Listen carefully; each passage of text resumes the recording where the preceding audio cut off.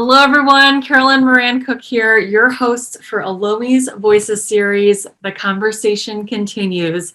This is our final episode of the series, and I truly cannot believe it. Today, we are bringing you another amazing episode with some really inspiring guests, as well as a special guest appearance from someone at Elomi. So today, we're talking all about something I love, fashion, and I know my guests know all about.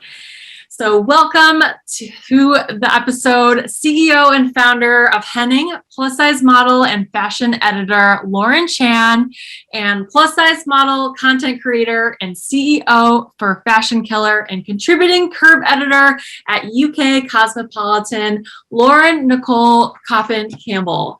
Ladies, hello, and thank you so much for joining us here today. To kick things off, would you mind just giving us a little bit more about you, your background, where you are in the world, so we can all get to know you a little bit better? Lauren, I don't know if you want to kick us off first. Sure. I'm Lauren Chan. As you said, I am a plus size model and the founder of my own luxury plus size clothing brand. It's a mouthful. The brand is called Henning, and I'm in New York City. Wonderful. And Nicole? Hi guys, I am Nicole. I'm based in London, and I am, as you said, a plus size model, content creator, and the contributing curve editor at Cosmopolitan, amongst other things. Wonderful. So today we're here to talk about fashion. I would love to hear a bit from both of you. Where did your interest in fashion come from? I mean, I think that I must have been born with it. I can't really think of where it came from. I know that when I became a teenager, I really started taking a keen interest in fashion and, doing the things that I think all millennials did, like collecting magazines and tearing out the ads that I loved and pasting them on my bedroom wall.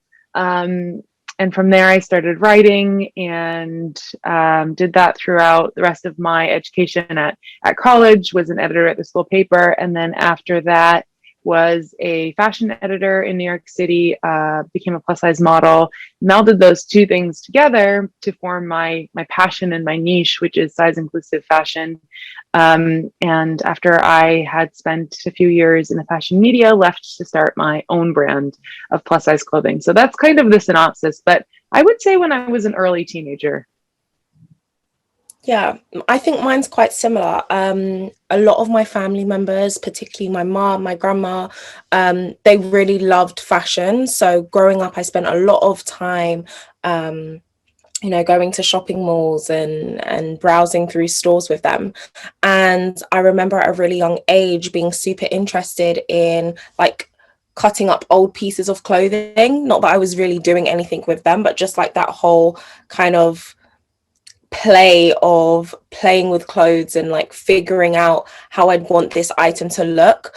I really enjoyed doing that. So it kind of naturally just progressed. And then I started a blog, and then Instagram came around and I started creating content and so on and so on. But yeah, I think it really started from a really young age and just was a way that I connected as well with my family.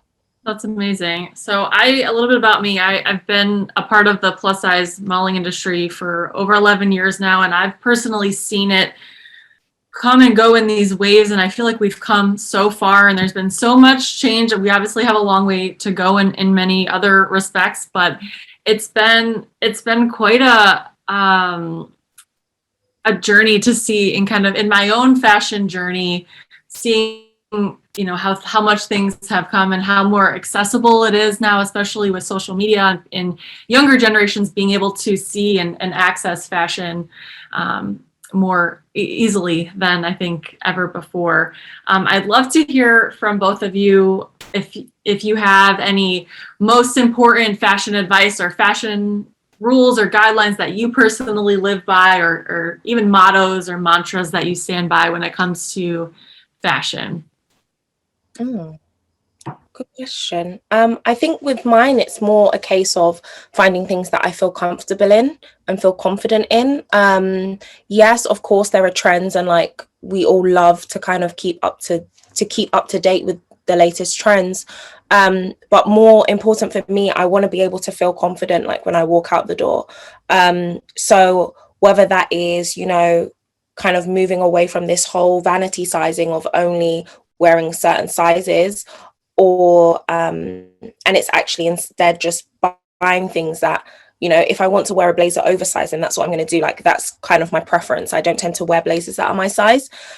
Whereas some people might kind of be like, oh, but I don't want to be that size in an item of clothing. So I like to move away from that and kind of just buy things that I feel confident in and comfortable in, and play around with fashion. I think that there shouldn't be so many rules about how we should dress and what's flattering. It should just be about what makes you feel good. Yeah, that's so interesting that I would say almost the exact same thing. And I feel like that just goes to show how powerful that message is, because if that's both of our number one pieces of advice, and, you know, we live in different hemispheres and we have different experiences, but we care about the same things. And I would say that on top of that, to remember that clothing is just clothing. And so if you have to cut the size label out, cut it out. If you have to get it tailored, get it tailored. If you have to shop in pieces across different brands to find things that, you know, feel good and look good, do that, because it's just clothing at the end of the day. And if you know that you are more valuable and your self-expression is the utmost value, then we shouldn't associate value with size or styles of clothing or what's on offer or anything like that. It should really be about taking this art of fashion and applying it to the lens with which you see the world and you see yourself, and you want people to see you.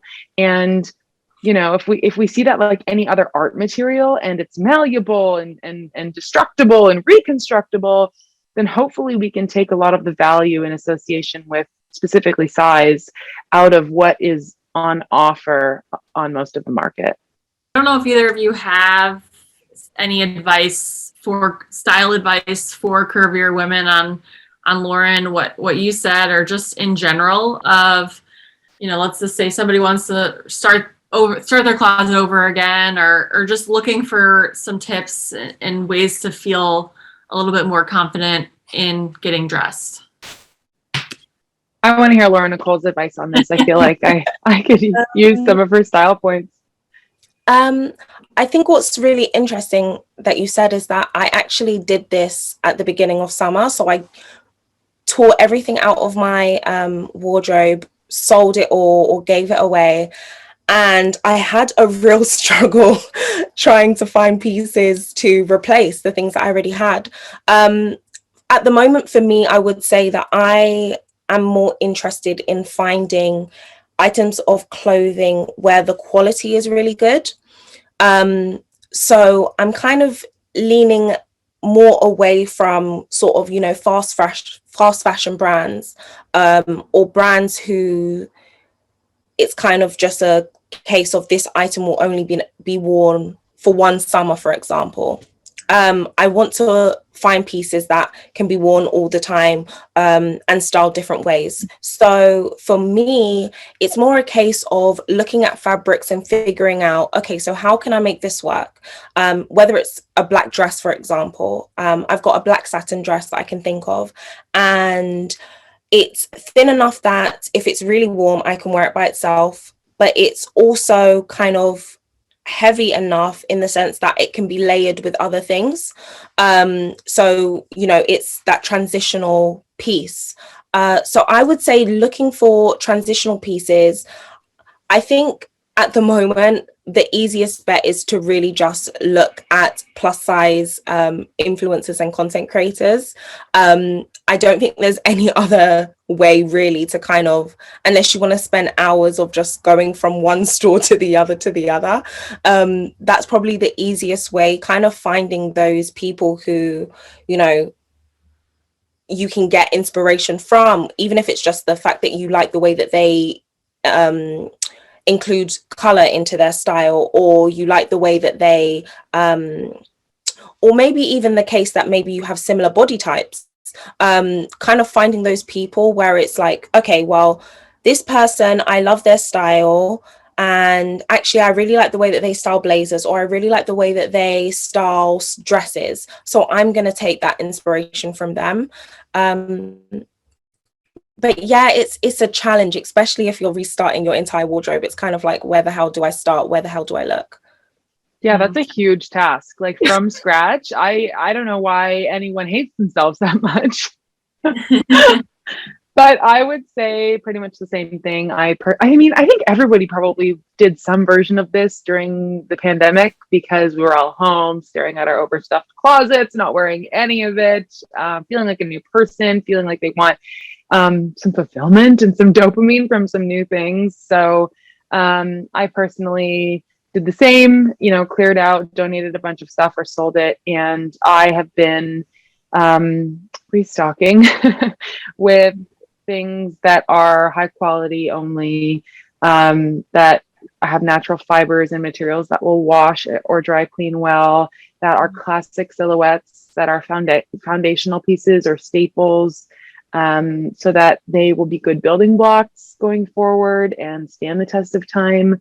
I also think that as consumers, we're all more consciously minded in terms of fast fashion and brands that are not eco-conscious. And so doing that just by habit of shopping for less trendy, less fast fashion things on a slower basis is top of mind for a lot of folks. And I've personally been shopping a lot of vintage to accomplish those kind of goals: higher quality, long lasting, and more eco-friendly. What outfits make you both feel confident? Like if you're like, okay, this is my day, I need to leave the house feeling amazing. I need to leave the house. What? Yeah, a rarity these days. But what is like your go-to confidence boosting outfit? For me, it's definitely a blazer. A blazer and a good pair of jeans. That's what I wear most often. And in the summer, I love a bike short and a fun t-shirt as well. I feel like the way that my style has changed over the past year and a half is that it's become a little bit more fun with fashion as a whole, which has become like all about optimism, whether we're talking nostalgic 90s trends or bright rainbow colors. So those are my kind of two go-to looks, whether I want to feel like polished and sharp, which was my goal today, or fun and light. I love that. I'm the same. So I just think that we're just going to be agreeing this whole time. I know, we're very similar. It must be the name. So I am definitely the same. I absolutely am obsessed with a blazer. I think I probably own too many blazers at this point. But I just think that they're a staple. They can work anyway. Whether it's wearing a pair of shorts with the blazer for summer, or doing a really nice tailored trouser or a jean to match it. Blazers are just everything to me. But moving on from blazers, what else do I really like? I'm really into just kind of like silhouettes that hug my body but not cling. I think that there's a beautiful thing when you find a dress that you really like and you're able to get it tailored specifically for your body. And that's kind of what I'm really into at the moment, finding those sorts of like satin sort of like midi dresses, and maybe getting them a size up so that I can then get it nipped in at the waist. That's really something that I'm loving at the moment as well. I love that. I would definitely say a dress or a jumpsuit, just like one thing to throw on and your outfit is complete.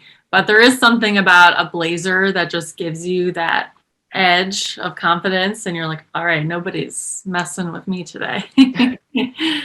We are getting close to welcoming in our special guest, but I would love to hear from both of you, for our listeners that are tuning in. How can someone get into the fashion industry, especially if they have not studied in fashion or have gone to school specifically for fashion? I'm very curious on your answers because I feel like everyone I know who works in fashion has come from a different route. So personally, I feel like there's no one way to break into it, but I would love to hear your thoughts on that.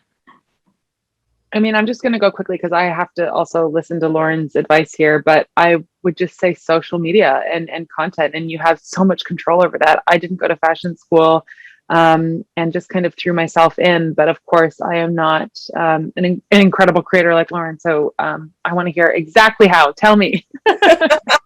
Oh, you're so kind. It's literally pretty much the same. So I started a blog while I was at school, and I was super just like interested in all of the super OG kind of bloggers that were attending fashion weeks and stuff like that, and I wanted to be them. So I was like, I'm gonna start a blog, and then Instagram came around and I really started to focus on content and outfits and speaking openly about things that I was dealing with. And I think that resonated with a lot of people, to be able to see someone who, quote unquote, is stylish and is slick, and but also shares, maybe not the not so amazing parts of life. I think that sometimes what people do is that they get caught up in maybe following trends or following what other people are doing, or people who have already made it, and forget that the reason that those people have made it is because of that essence of personality and authenticity. So rather than focusing on what other people are doing, I would really hone in on the fact of like figuring out what it is that you want to do. Forget everyone else, forget all of the kind of like, reels that you get about this is how you crack Instagram, or this is how you become X person.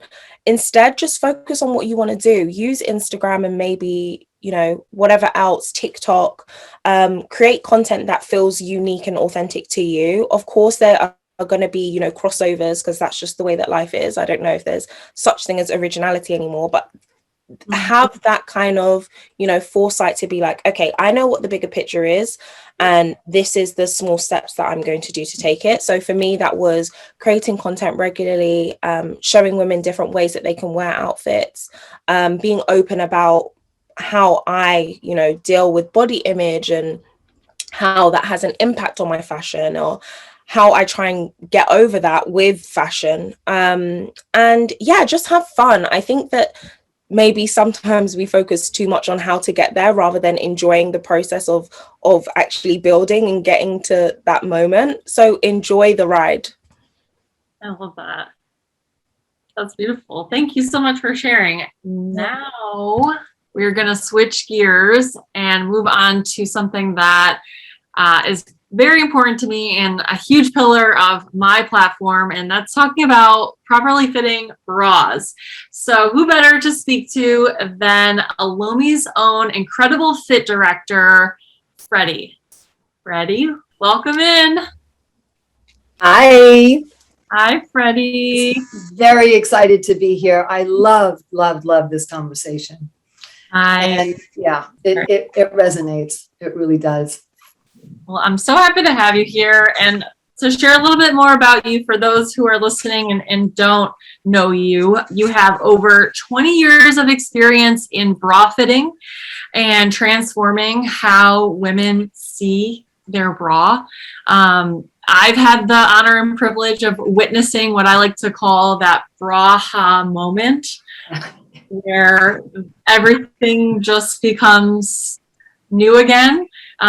Can you explain a little bit more about why our bras and having them fit properly is such a essential part of what we do, what we wear?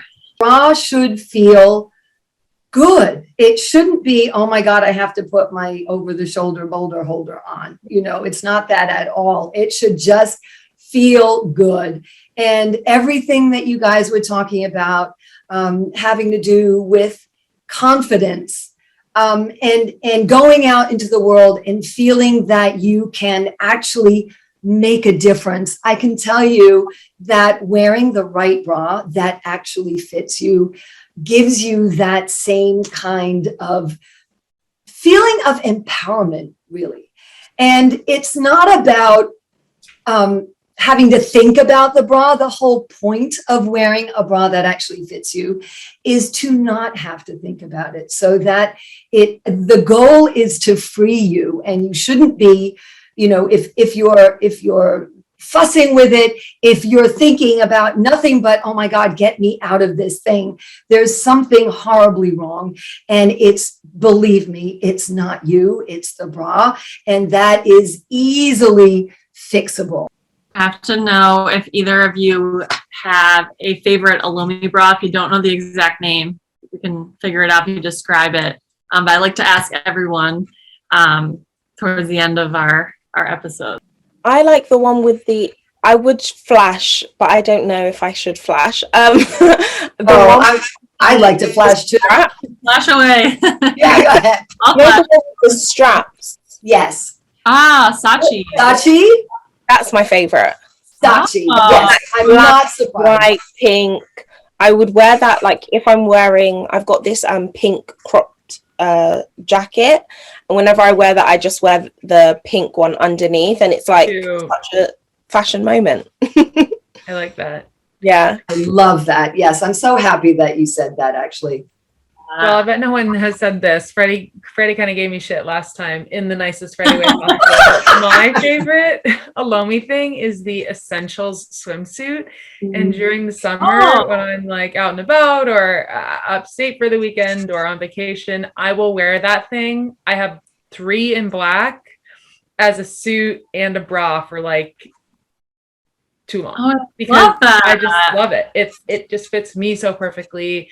I love the seaming in it. I like very plain neutral things. So, although I do have a bunch of Elomi in neutral colors, I'm not one for lace and all that stuff. So I love that thing. Wow. And so that one, if I remember correctly, Freddie, correct me if I'm wrong, that one is based off Matilda.